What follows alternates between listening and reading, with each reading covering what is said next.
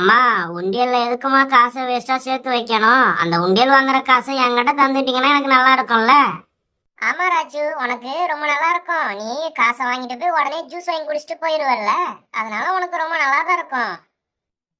அம்மா, இங்க பாருங்க, எவ்வளவு கலெக்ஷன் இருக்கிற உண்டியல்லாம் இருக்கு பாருங்க. நான் இதுக்கு முன்னாடி இவ்வளவு கலெக்ஷன் இருக்கிற உண்டியல் கடைகளை பார்த்ததே இல்லையே. சூப்பரா இருக்கே, ஒண்ணு வித்தியாசமா இருக்குமா. ரோசி, ஆமா, இங்க இருக்கிற உண்டியெல்லாம் எனக்குமே ரொம்பவே பிடிச்சிருக்கு. நீ அந்த போஸ்ட் பாக்ஸ் மாதிரி இருக்குல்ல, அந்த உண்டியல் வாங்கிக்கோ. ராஜிக்கு அந்த மண் உண்டியல் வாங்கி கொடுத்துருவோம். இல்லன்னா நம்ம ராஜி என்ன பண்ணுவான்னு உனக்கே தெரியும்ல. போன வாட்டி போஸ்ட் பாக்ஸ்ல இருக்கிறத ஓயாம அந்த பூட்டை திறந்து திறந்து எல்லா காசையும் எடுத்து காலி பண்ணிட்டான்ல.